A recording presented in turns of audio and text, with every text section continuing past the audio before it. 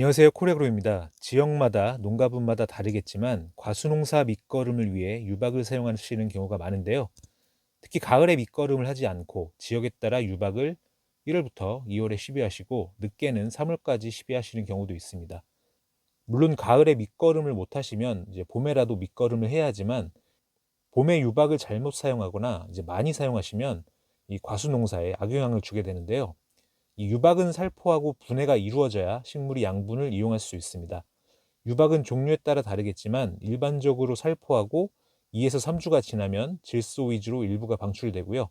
일반적인 분해 기간은 2에서 3개월 정도 걸린다고 합니다.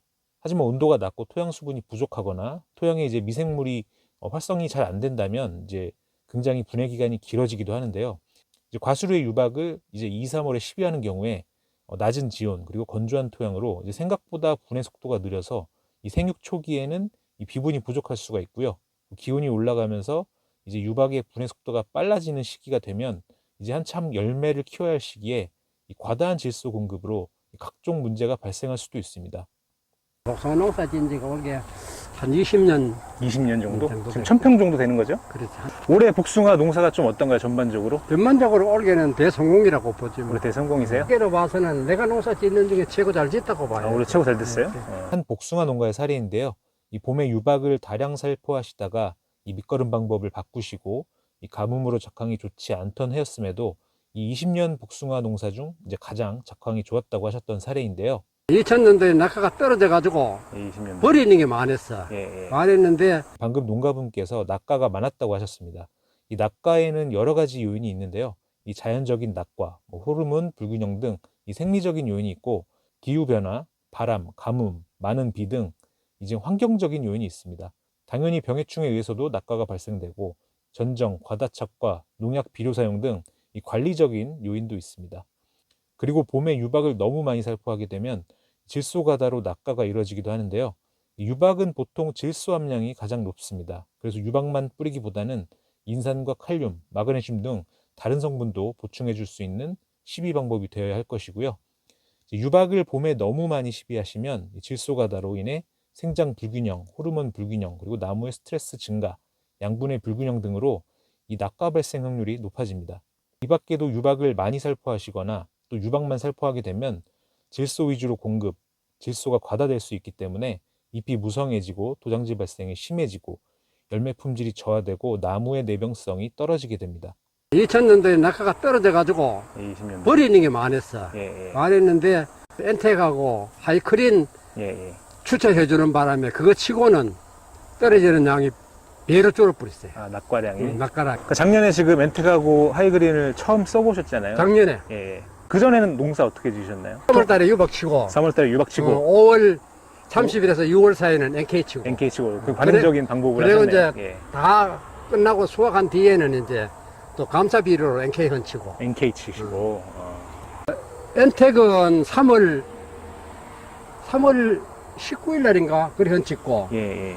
또 중간에는 5월 30일 날 헌치고 그래 이제 요거 수확 다 하면은 감사 비료로 이제 엔텍하고 하이크린이나 똑같은 헌치. 저희 코리아그로도 가을에 밑거름을 엔텍을 시비하시는 걸 권장드리지만 이 가을에 밑거름을 안 하신 경우에는 방금 농가분의 사례처럼 이렇게 3월 중순경에 엔텍 시비를 권장드립니다. 이제 엔텍은 완효성 비료로 질소 가대에 의한 문제 없이 안정적인 양분 공급이 가능하고 단순히 완효성 비료가 아닌 질산화 억제 비료로서 이제 암모니아트 질소 공급량을 늘려주는데요. 이로 인해서 각종 생육 증진 효과를 기대할 수 있는데 엔텍의 자세한 설명은 우측 링크 영상을 클릭해 보시고요. 이 3월에 엔텍을 시비하시고 5월에 다시 엔텍과 하이그린을 시비하셨습니다. 이제 엔텍은 기존 NK 비료 대신 웃거름, 즉 추비료 사용하신 거고요. 이 추비는 보통 NK 비료로 많이 주시는데 이 속효성 비료이고 밑거름으로 퇴비나 유박이 많이 남아있는 상태라면 더욱 질소 가다로서 이제 앞서 말씀드린 대로 그런 문제들이 발생할 수 있습니다. 엔텍은 질소를 알맞은 양으로 꾸준히 공급하기 때문에 비대나 착색에 큰 영향을 주지 않으면서도 이제 안정적인 세력 확보와 함께 이제 수확량과 품질 높이는 데 상당히 도움을 주는 추비고요. 그리고 하이그린은 마그네슘, 미량요소, 미네랄 공급으로 이제 복숭아의 곽크기, 당도, 색 향상 등 이제 품질 향상을 위해 사용하시는데요. 이제 간혹 마그네슘과 미량요소 등은 사실 이제 용성인비에도 많이 들어있는데요. 그래서 이제 품질 향상을 위해서 용성 인비를 사용하시는 농가분들도 많이 계십니다.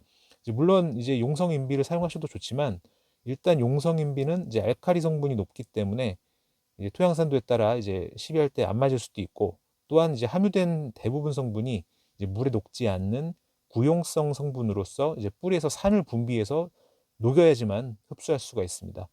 즉 용성 인비를 토양 표층에 시비했을 때는 이제 구용성으로서 이제 나무가 녹여 먹기가 힘들게 되는데요. 그래서 이제 하이그린은 마그네슘, 미량요소, 미네랄을 즉각적으로 공급해서 이제 고품질 열매를 수확하시는데 큰 도움을 줄 수 있습니다. 수확 후 엔텍, 하이그린을 감사거름으로 사용하신다고 하셨는데요. 이제 이렇게 수확 후 밑거름을 하셨다면 이제 내년 1월, 3월에는 밑거름을 생략하시고 이제 붕사 정도만 주시면 되겠습니다. 그리고 이제 수확 후 뭐 감사비료 및 밑거름으로 이제 유기물 공급도 필요하기 때문에 사실 이제 수확하고 나서 엔텍하고 더블인을 주시는 걸 저희는 많이 권장을 드리고요. 모든 가수가 마찬가지겠지만 이 도장지 관리하는 게 상당히 어렵잖아요. 어렵고 말고지. 예, 도장지 관리는 좀 어떤가요? 없다고는 못 보지. 그렇죠. 예. 근데 이제 기존에 근데 유박을 쓰셨으니까. 그렇게 유박 비료 때보다는 많이 덜 하고. 예. 그래 친구가 이제 목기를 니는 뭐 해가지고 뭘 쓰는데 도장지가 그렇게 안 빠져나올 참 그런 이야기도 하거든. 이제 제가 볼 땐 그래요. 이제 기존에는 이제 300평에 1000평에 그 유박을 200포 뿌리셨다고 하셨잖아요. 올해는 엔텍 19포로 대체를 하셨고, 이 비료 뿌린 양으로만 생각하셔도 엄청난 차이잖아요. 그 차이 많이 나지. 예, 200포를 뿌리시다가 엔텍 19포. 유박을 이제 가지고 내가 이래 그거는 뭐 다른 데는 내가 뭐 정보를 못 들었는데 내가 생각하는 견지에서는 유박도 질소질이 너무 많네. 질소질이. 질소질이 보통 4% 정도 들어있는데 4%도 더 돼. 나무 자라는 거 보면 더 된다니까. 더 되는 것처럼 보이죠. 제가 방금 말씀드린 것처럼 보통 이제 유박을 보면 대부분 4% 정도에서 왔다 갔다 하는데 많이 뿌리잖아요. 그렇게네. 예. 나무에는 가도하지. 그렇죠. 그러니까 이제 한참 수확할 때 이제 과를 제대로 색을 내고 키워야 되는데 이 도장지가 무성해지니까 색이 안 나고 일거리면 많지 뭐. 예, 도장지도 잘라줘야 되고, 그게 바로 이제 유박을 너무 많이 뿌리셔서 그런 것 같아요. 제가 볼 그렇지. 때는. 그래서 예. 그렇다고 봐야 되지.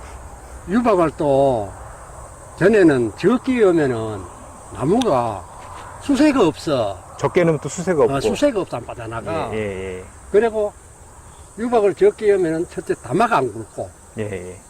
다마. 그렇게 다마 굵으라고 이제 일때 되면 막 연케일들이 얹히고 해야 되거든. 예. 그렇게 결국에는 이게 나무가 못 사는 거야. 저 같은 경우는 이제 당연히 이제 전용 약재로 방제를 잘 해주셔야겠지만, 그 다른 농가들도 약재 사실 방제를 하잖아요. 근데도 이제 병을 못 잡는 경우 같은 경우가 질소 과다가 그렇지. 원인이 크거든요. 맞아.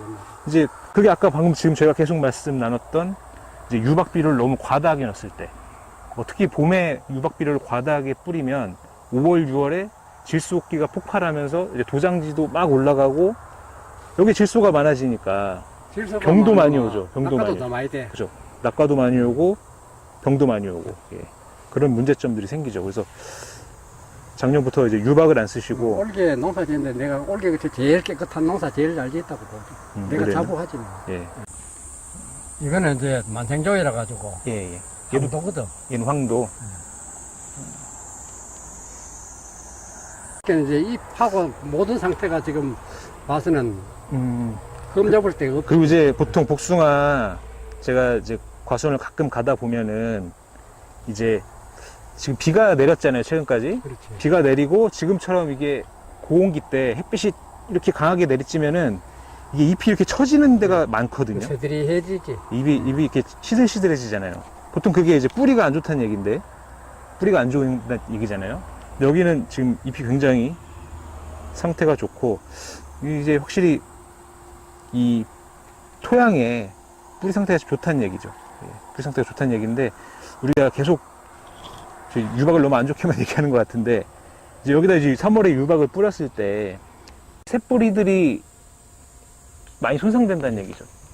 유박이 분해되면서, 뭐 유박이든 아니면 뭐 미부숙된 퇴비를 잘못 넣던 간에, 퇴비도 많이 쓰시니까 다른 농가분들이, 그럼 뭐 퇴비나 유박 같은 거를 너무 많이 과다하게 투입해서 여기 이제 뿌리가 손상이 되면은 이제 이렇게 고온이 되면은 잎들이 처지는 게 많잖아요. 예. 그런 게 거의 없네요. 유박을 하려고 했더니 질소질이 많이 해가지고 겁이 나가지고 잘 안 써.